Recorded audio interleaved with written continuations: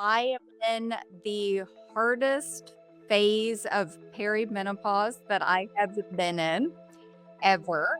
The moments where my husband snores and there's this like overwhelming rage where you wake up and I'm like, no, you cannot suffocate him because you would not survive in prison. A lot of midlife women get diagnosed with ADHD. But you don't notice it as much until you hit midlife. How do we know if it's ADHD or like just pure anxiety? If you have ADHD, you're going to have periods of anxiety and depression. It is like this overwhelming anxiety that you have because you have this task list of everything you need to do. And you're like, I just can't do it. There's a certain kind of woman who looks like she has it all together. She's successful, capable, high functioning, the one everyone else leans on. But behind the scenes, she's overwhelmed, scattered, wired, and exhausted all at the same time. She's pouring a glass of wine to take the edge off, telling herself it's normal, it's earned, and it's fine. And maybe it is. Or maybe something else is going on. Because what if what we've been calling stress or burnout or even just midlife is actually something we've completely misunderstood? Today, we're talking about the patterns most women don't recognize in themselves, where anxiety, attention, and coping behaviors quietly develop, quietly overlap, and start reinforcing each other. And why so many high functioning women are being misread, misdiagnosed, or missed entirely. I'm joined by Dr. Mandy Diamond, a clinical forensic psychologist who spent years working at the intersection of anxiety, ADHD, addiction, and human behavior, both in private practice and in high stakes clinical settings. This conversation isn't about labels, it's about understanding what's really going on beneath the surface and what it actually takes to shift it. Welcome to the Iconic Midlife, Mandy. How are you today?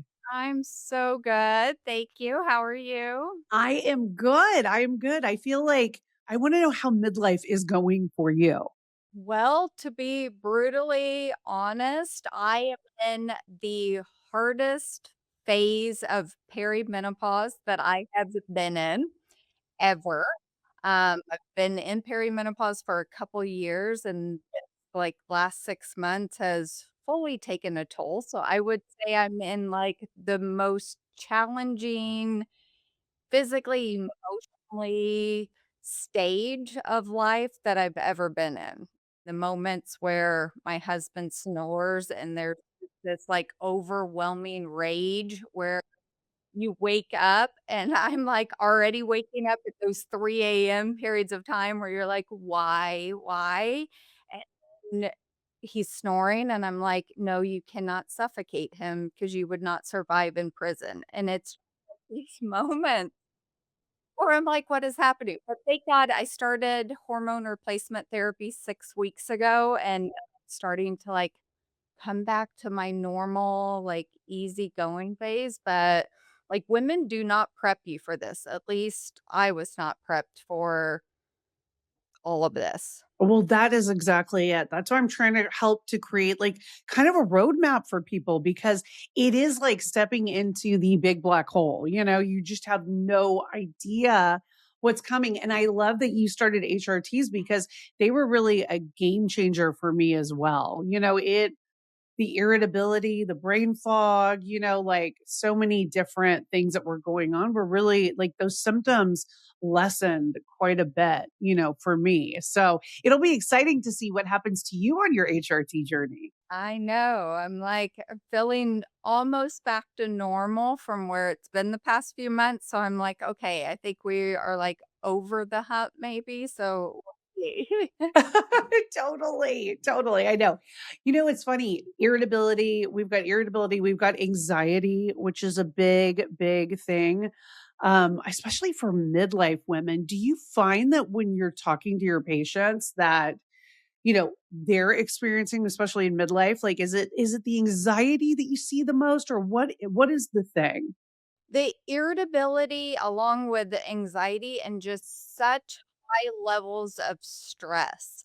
And those are like the 3 things that I see with and most of my women patients are midlife. I have some that are younger and have not entered that phase, but the majority are in this transition kind of period of time, and that is, like, they're so overwhelmed at different times, kind of coming in and frustrated, not understanding exactly what's happening, to their bodies or what is going on from a mental health perspective, and just feeling so kind of lost and out of control. Absolutely. I think it's really interesting because I didn't realize that a lot of midlife women get diagnosed with ADHD. Which I thought was, when I think of ADHD, and this is like how I was in the dark about it, I'm thinking maybe kids in school, that get diagnosed with ADHD. And it always seemed like primarily it was like young boys, it felt like that were getting diagnosed. But actually, a lot of midlife women are getting diagnosed with ADHD. So, like, is that something that's always kind of been there and like maybe we just didn't know? Or is it kind of a newer development?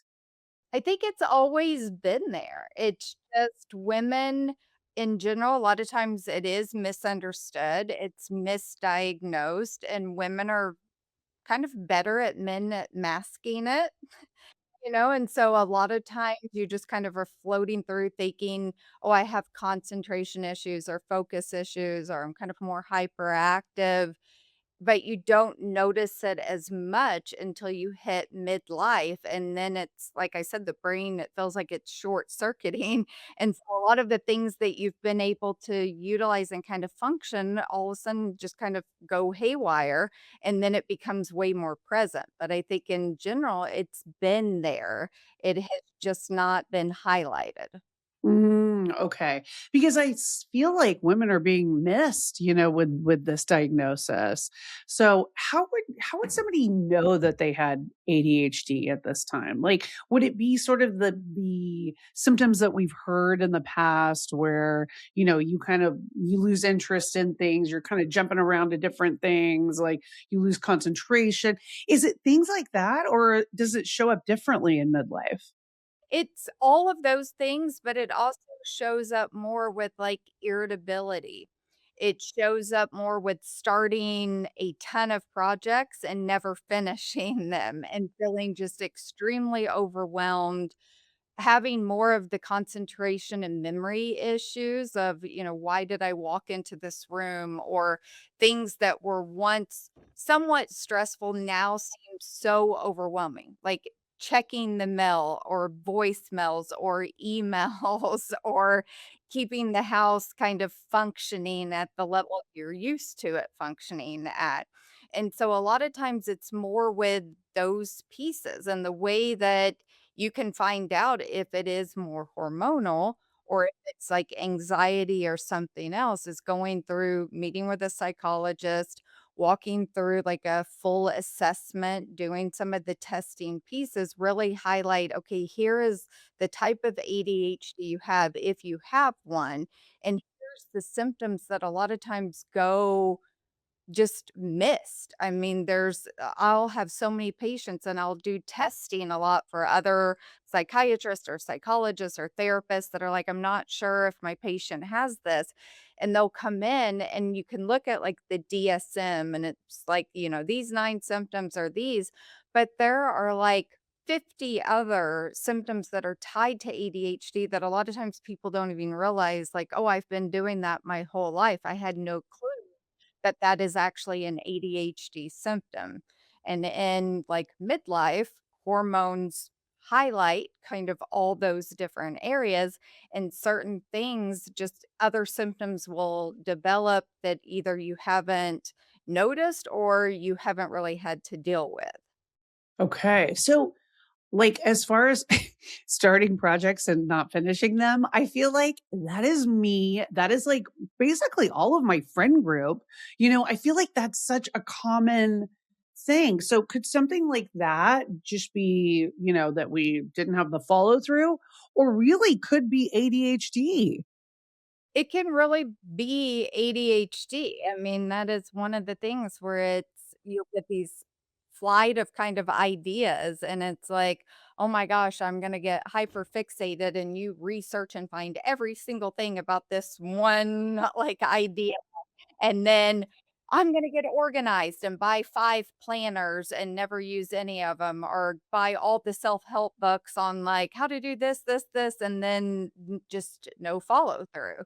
And either procrastinating all the other pieces, getting so hyper fixated on something else, or feeling completely paralyzed, like, where you just cannot do anything. It is like this overwhelming anxiety that you have because you have this task list of everything you need to do, and you're like, "I just can't do it," and then you're having the guilt along with that, the shame, some of the depression that you're not functioning, while the brain has 1,000 open tabs, and you're like, what is happening? What direction? What do I need to do? And just kind of being paralyzed in the midst of all of it.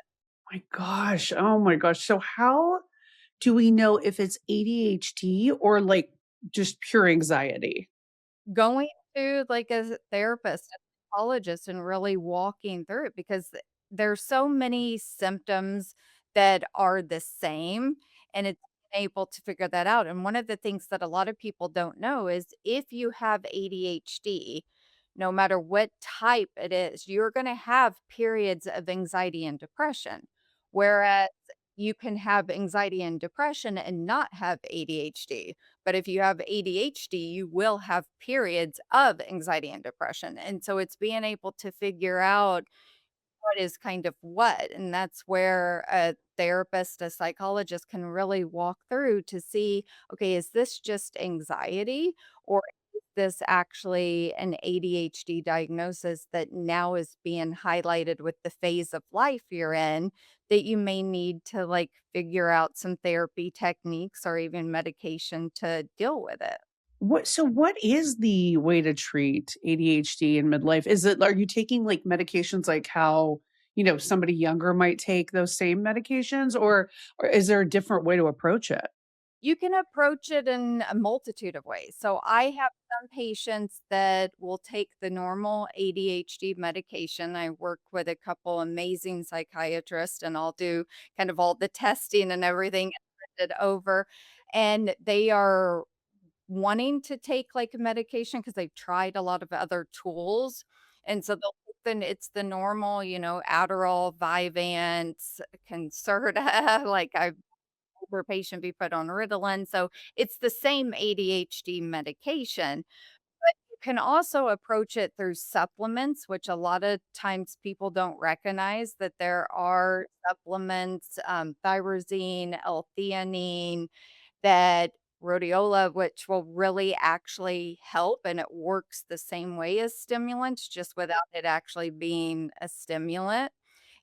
You can treat it from a supplement route, also diet, exercise, sleep, fish oil, all those pieces, and you can manage it in that way, and also therapy, utilizing coping tools and strategies of like, okay, how am I going to plan out my day to actually I can do it and I can be productive and I can follow through and you know what your roadblocks are. Like, okay, here's where I struggle the most. So you have someone else kind of guiding you. Well, if you approach this way or you do this way, you'll be able to kind of go around that roadblock. Okay. And I love your thought on treating it holistically, using the supplements, doing the diet and exercise and doing what you need to do. It's probably pretty individual, I would imagine, Oh, for each person. absolutely. Yeah, it is completely individual. And I've always approach from, "Let's try everything else before going down the medication route." Not that there's anything wrong with medication at all. It's just a lot of times small changes can actually give you the same, like, benefits as medication, so why not kind of try those first before going down, like, the medication route? Yes, yes, for sure. Now, what happens if somebody doesn't if they do have ADHD, but they don't get treated? Like, does that start spiraling? Does that cause other problems later on?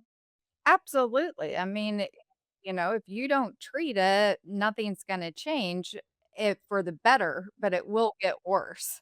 And that's the part where you're looking at it's gonna start impacting relationships. It will impact your productivity at work, it is going to affect your mental health. It's going to cause more anxiety and more depression. So if it's something that's going untreated, that whole idea of like, I'm just going to ignore it, like, no, it's going to just keep growing and it's going to impact every area of your life if you don't treat it.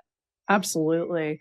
I think a lot of us, I mean, and I'm including myself in this group, sometimes we self medicate with a cocktail or a glass of wine at the end of the night, because it feels like you're a little bit, you're relaxing and kind of letting go of the day.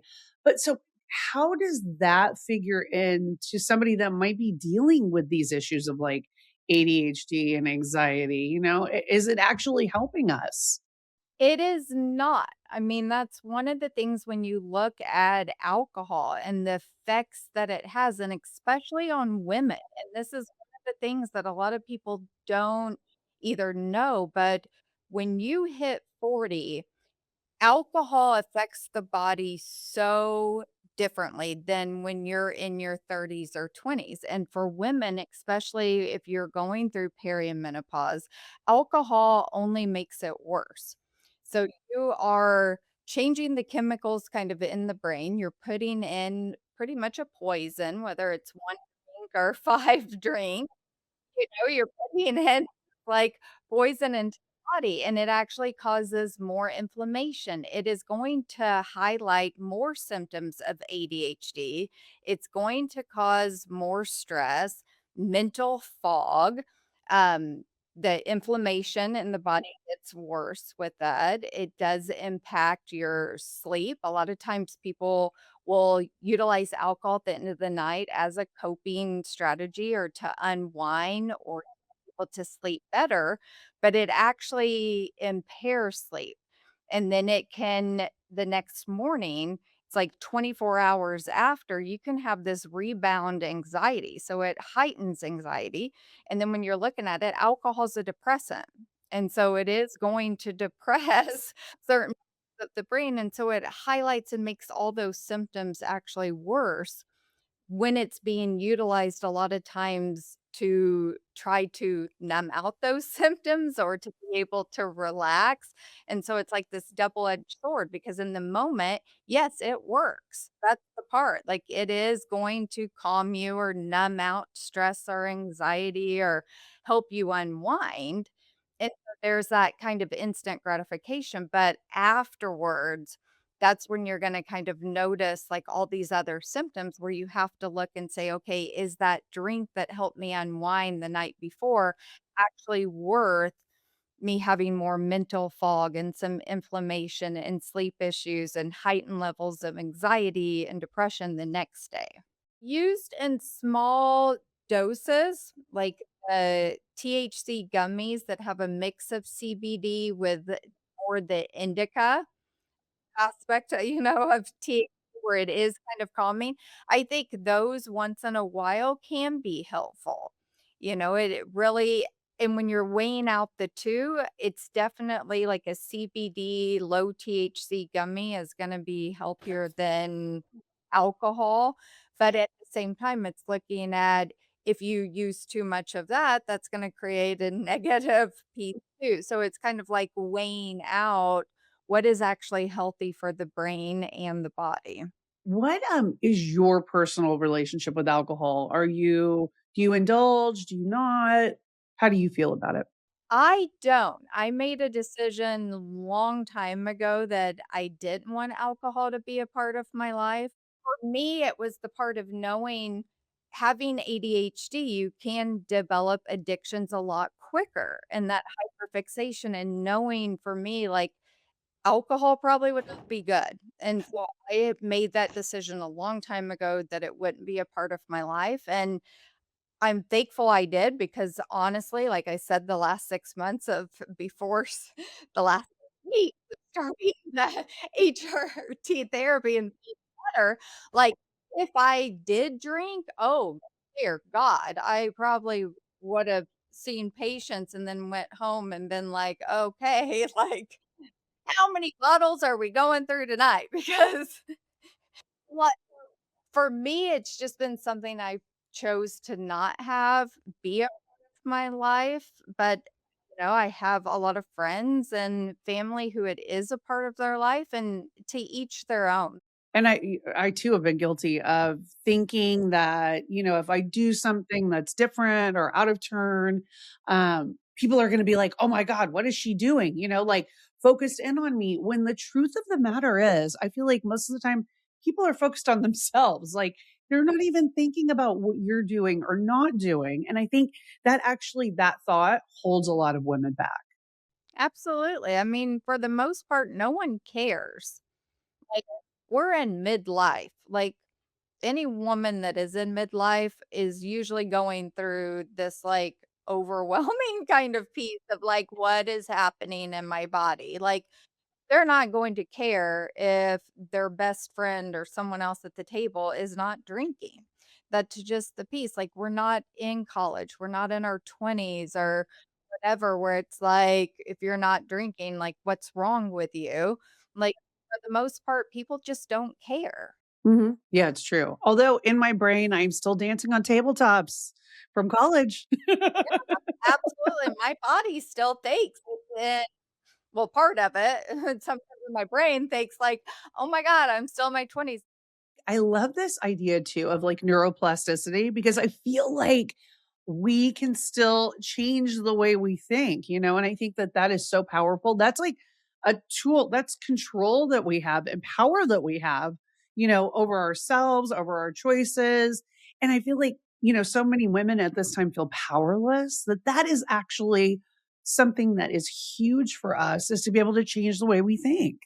Absolutely, and it's so easy to do. I mean, that's the part of, like, kind of rewiring your brain to think in a different way, and that comes through doing things differently, making different choices and actions, and really being mindful and looking at you can approach things from a negative viewpoint or you can approach things from a positive. You can go from ungrateful or to full gratitude, and you have the ability to, like, rewire and change the way that you think and the way that you act, and it just comes down to, like, small, simple steps to do that.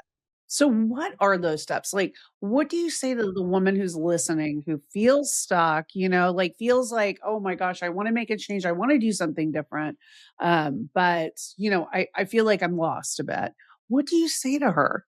Step 1, make a list. What is it that you feel that you need to change?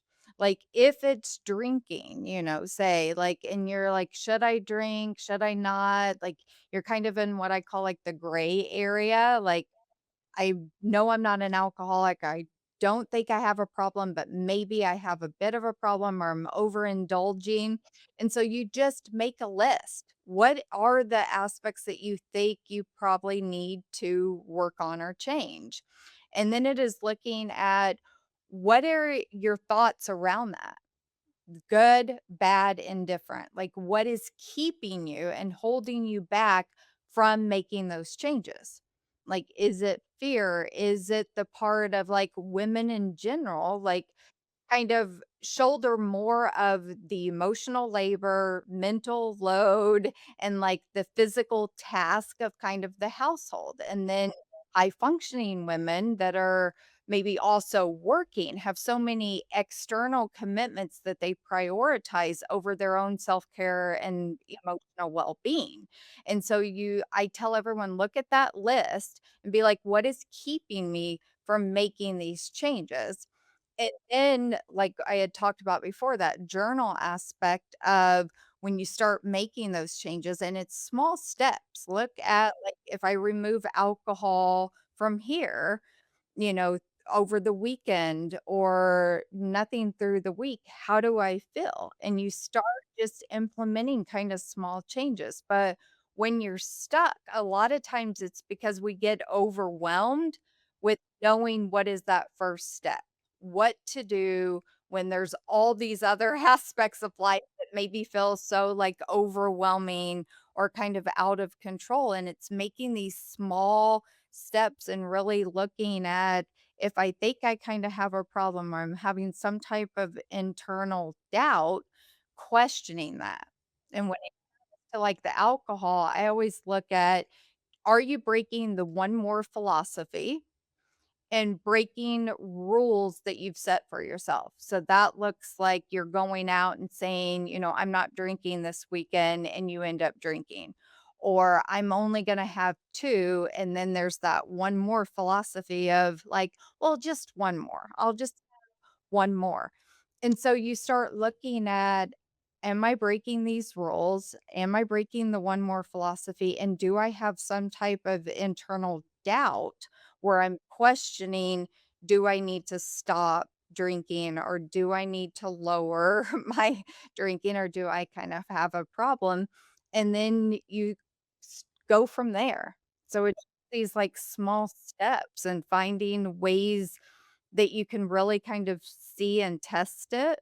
Yeah, and you can kind of, yeah, try it out in real life, right? Because I mean, I think too, trying things doesn't necessarily mean you're committed to them, right? Like if you try right? I think that that too kind of maybe holds people back a bit is like you can try something and if it doesn't work for you, you don't have to do it, you Yeah. know? But there's, like, no hurt, like, in trying. It's that part of seeing, like, what is life like taking alcohol out? And just try it. What is it like if I feel so stuck and kind of overwhelmed with a to-do list? What's one thing that I can work on today for 10 minutes? And you just start looking at, like, we can all find 10 minutes, set a timer on the phone and be like, "Okay, for 10 minutes, I'm just gonna work on this one task that's on my to-do list. I don't have to get every single thing done today. I don't have to just make a decision like, 'Oh, I'm never ever gonna drink alcohol again.' It's just like trying it for what's it like this week, this day."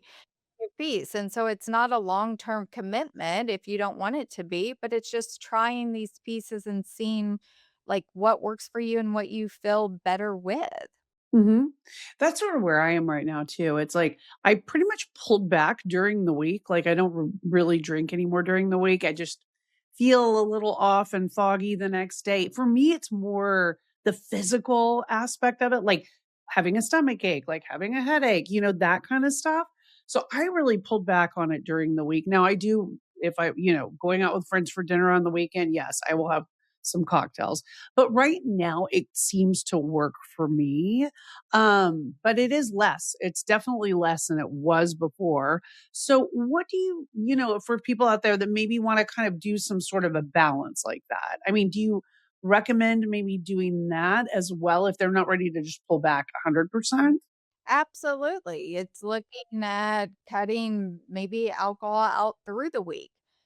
How much better you function Monday through Friday without it and only having it on weekends, and that's the part of you just kind of try it. See, like if you're drinking 5 nights a week, move that to 3 and see how you feel. If you're drinking like only on weekends, take 1 day out of the weekend and see how you feel, or try just a weekend without it. It's just kind of making small steps. You don't have to completely wipe it out, just to, like, lower it and see or monitor it. I mean, there's the Sober Sure bracelet or device that will really, like, keep track of that for you, and it's something that anyone can, like, utilize. It looks like a little Fitbit, just kind of monitors, and it's one of those pieces because in our brains, like, a lot of times, we don't even register, like, "Oh, how much are we drinking?" or "How often?" or, "Hey, I wonder what this, the effect is." Like,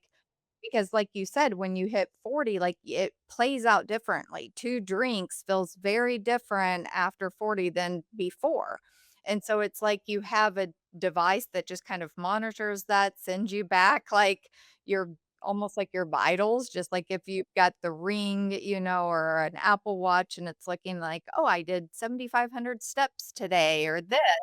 It's kind of the same thing of like, "Oh, wow, here's what my, like, alcohol level was here. Here's how often I drink." So, utilizing like some type of monitoring device or journal pieces, anything like that, just to like really see and register like what's working for you, what's not, where you can cut back, how you feel cutting back, or like no change at all.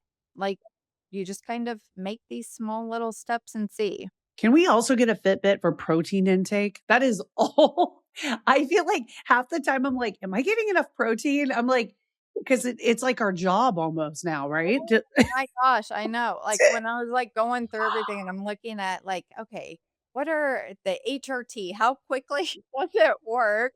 And what do I need to do? And it was like, well, you need to get this amount of protein. I'm like, oh my God. So, in your experience working with these high functioning women, that have a lot going on, what do you think that you see that the things are that they are doing right? But also on the flip side, what are the mistakes that they're making? What they're doing right is how they care for others. Like, they are great at all the external commitments, whether it is taking care of their kids or going to work and hitting all their deadlines and being productive, and that external commitments they're doing fantastic on. They're juggling and managing, like, that emotional, labor and mental load and all the tasks. What they're not doing well on is prioritizing self-care and their overall well-being. That is where it's lacking. Like, they'll, like, do whatever for anyone else, but when it comes to, like, securing their oxygen mask on the plane first, they are not doing that. What do you say to somebody like that who's maybe never, who always is prioritizing other people and, doing that? Like, how do you get them to like change their mind? I mean, first, I tell them I get it. Like, I absolutely get it. I am managing my private practice and house and husband, and 3 dogs because I'm insane and just keep bringing home more and more dogs, Wait, and I love that about you, by the way. I'm a huge dog person too. Do you rescue? yes, I have officially been cut off though right now. My husband is like, "If you bring home any other dog, like, this is not gonna work." He's like and then he went through the list of, like, that also means, like, you're not bringing home a baby, like, mini goat, a mini cow, a mini donkey, a mini pig, like, Anything so many. we're not replacing the kids with animals because 'cause they're gonna be coming back on But parade. you're like, "Secretly, we are, honey." Yes. Well, you're not gonna say no when you get home and another one's kind of there. Totally. Yeah, so I, like, love, love, love, love dogs for Oh, sure, the best. but it is that piece I tell them, like, "I get it.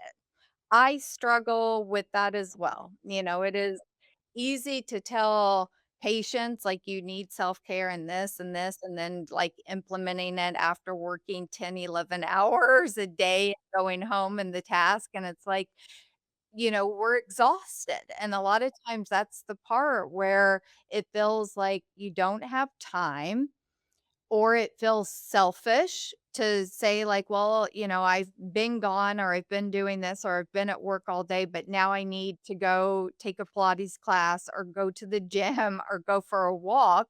Like, it can feel selfish. And it is that part of looking at exactly what they say on the airplane, secure your oxygen mask first before assisting other people. And why? Because if you don't, you're going to kill over dead. But if you do put yours on first, you're going to be able to help so many more people. And so that's the part that I just tell everyone of like, you have to implement something each day for yourself.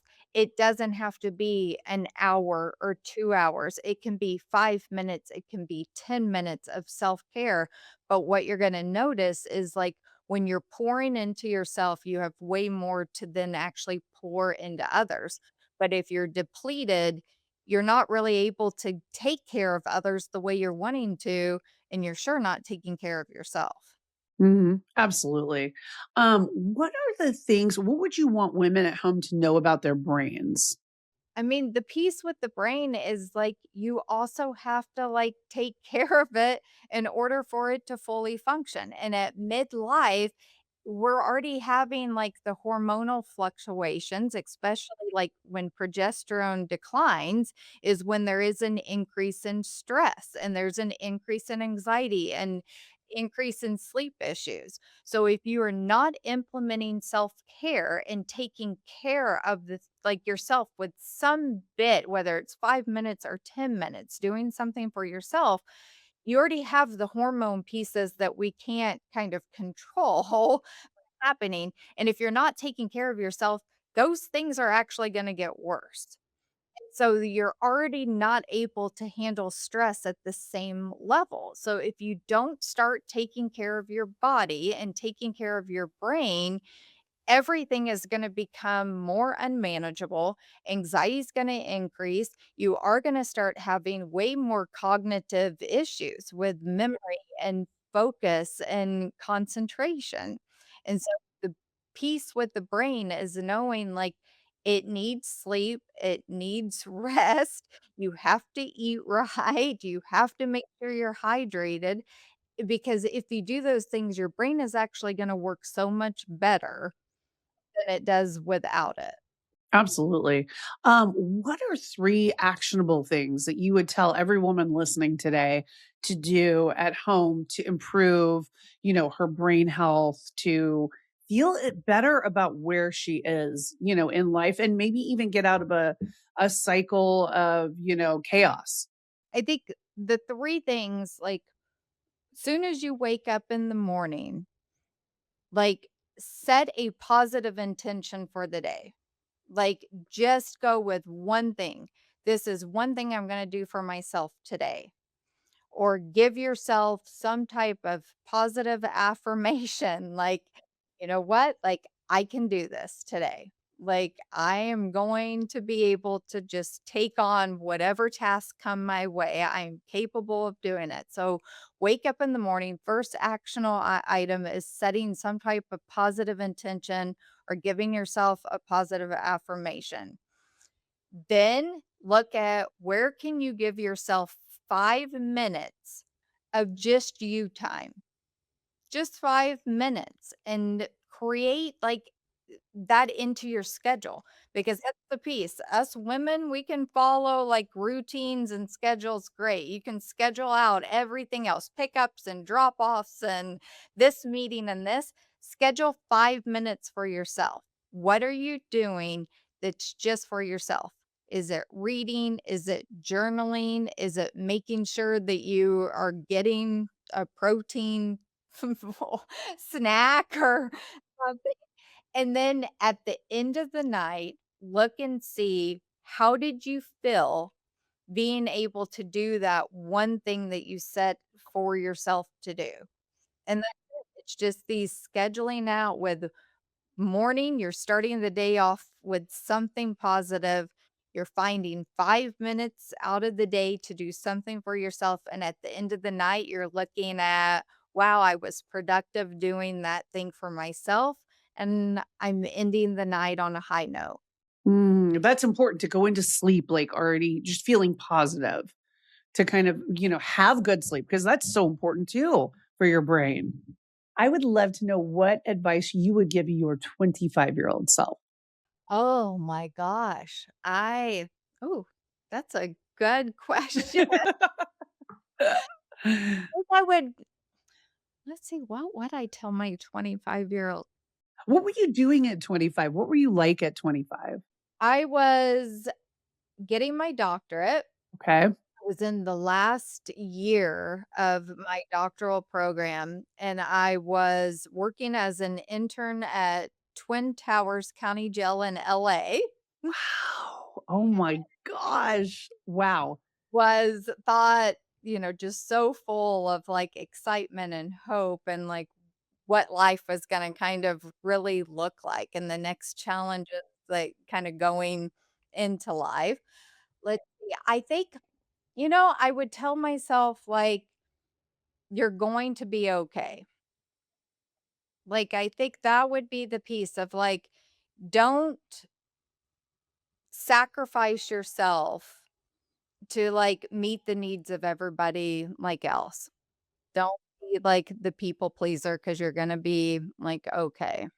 Yeah, that's huge because I feel like people pleasing is big, like dying on the hill for everybody else, it's a lot. It's a lot. So that's huge for, telling yourself that at 25. When you were working in forensics, is there one case or like one or a few maybe that just really stuck with you to this day? One was looking there was a gentleman at the at Twin Towers County Jail, and he was going through kind of a psychotic break, and a lot of the guards and other people just kind of ignored him so much, didn't really understand the mental health pieces that were going through, and he was not on my caseload, but I would always see him.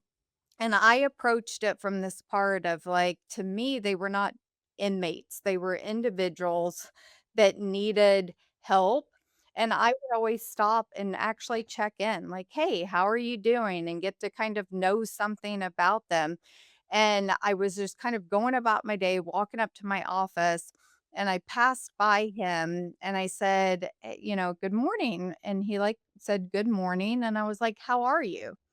And he had this look, and he didn't say anything. It was almost like a shocking piece, and I was like, "How are you?" And he's like, "I've been here for so many years, and not one person has asked me, like, 'How are you?'" And he's like, "I always say good morning to the staff and how are you?"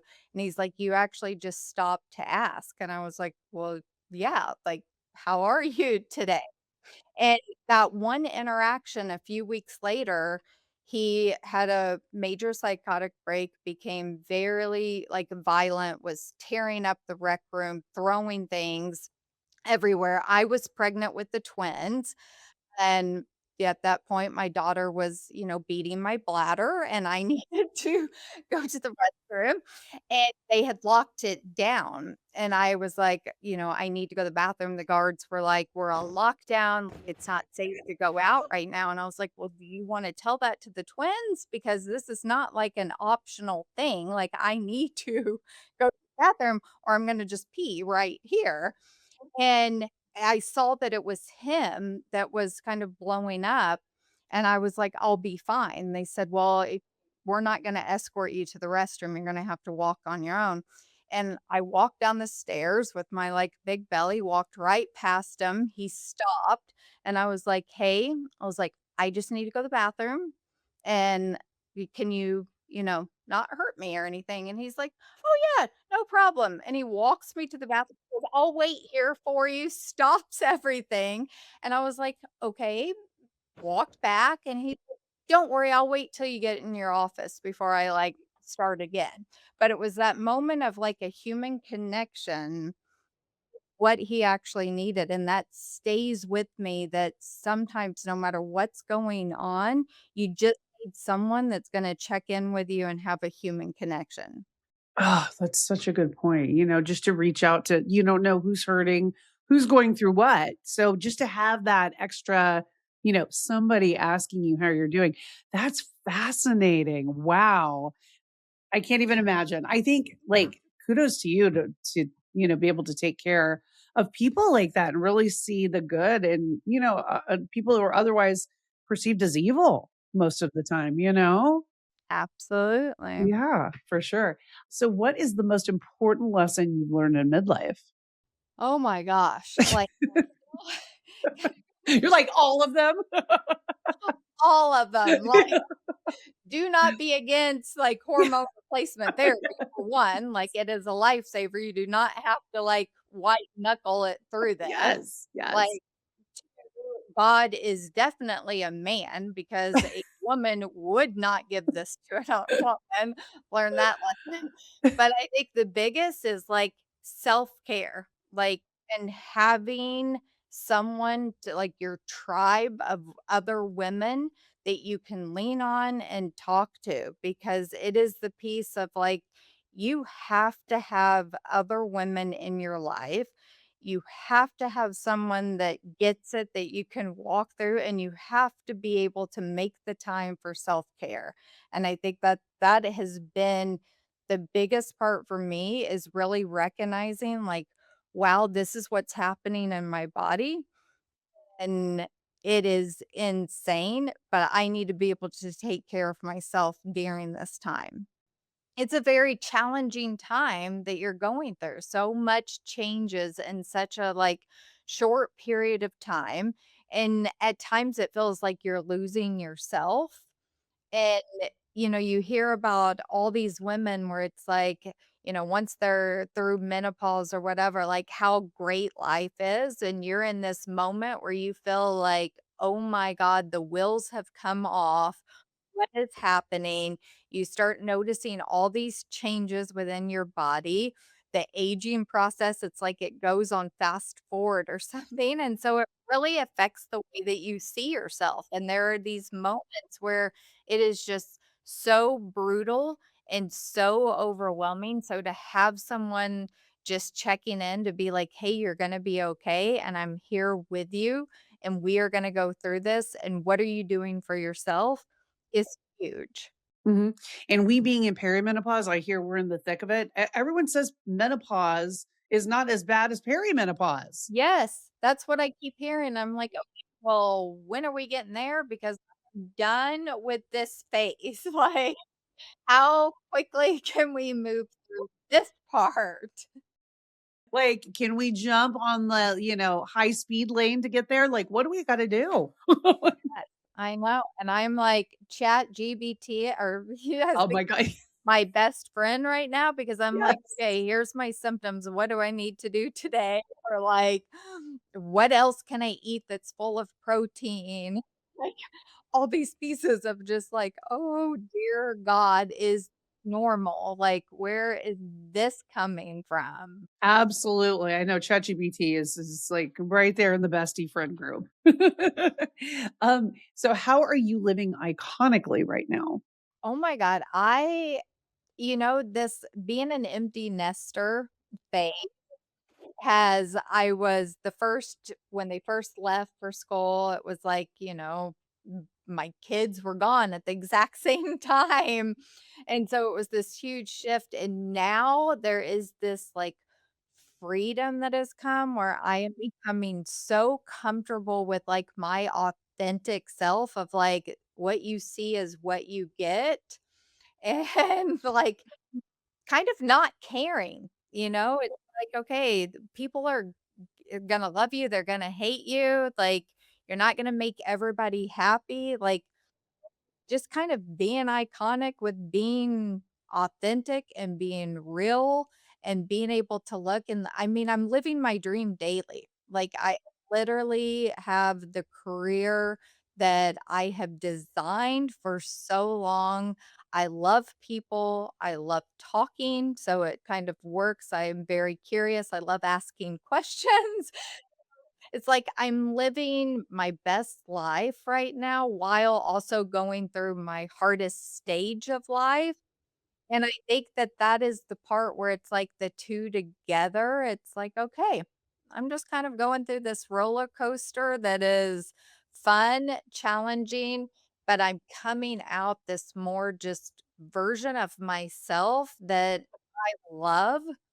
And it's different. I don't know. It's just this piece of I think before you're always comparing yourself to others and like social media, kind of all that part or what's people gonna think here or like what are they thinking about me there? And I'm kind of at this point in life like I really don't care. Like just don't care. And maybe it's the part where my brain's so, like, overwhelmed or whatever, but it is, like, I iconically just don't care. Like, I am just me, and I am having fun being wearing whatever I wanna wear and just kind of being me. Yes, there's such freedom in that. And I think like what you're saying with the juxtaposition, maybe that even makes it more powerful because, you've got these two worlds kind of colliding at the same time, you know? Absolutely. It's kind of like a hot, disorganized, perfectly organized mess of chaos that is, like, all blended together. If you saw yourself in any part of this conversation, you are not alone. And more importantly, you're not imagining it. So many women have spent years adapting, coping, and pushing through that what's actually happening underneath can get hard to recognize. But awareness changes everything. Not overnight, not perfectly, but it gives you a place to start without judgment, without shame, and without pretending everything is fine when it isn't. And maybe the real shift isn't about doing more or trying harder. It's about finally understanding yourself accurately. Because when you do that, you stop fighting the wrong battles. And that's where things actually begin to change. If this episode resonated, follow the show, share it with a woman who needs to hear it. And if you're listening on Apple, Spotify, Amazon Music, or wherever you get your podcasts, leave a review. It makes a bigger difference than you think. And if you want more conversations like this, smart, honest, and a little bit disruptive, you know where to find me. Whether you're breaking patterns, asking better questions, or just starting to see things more clearly, you're not crazy, you're evolving. And that's iconic.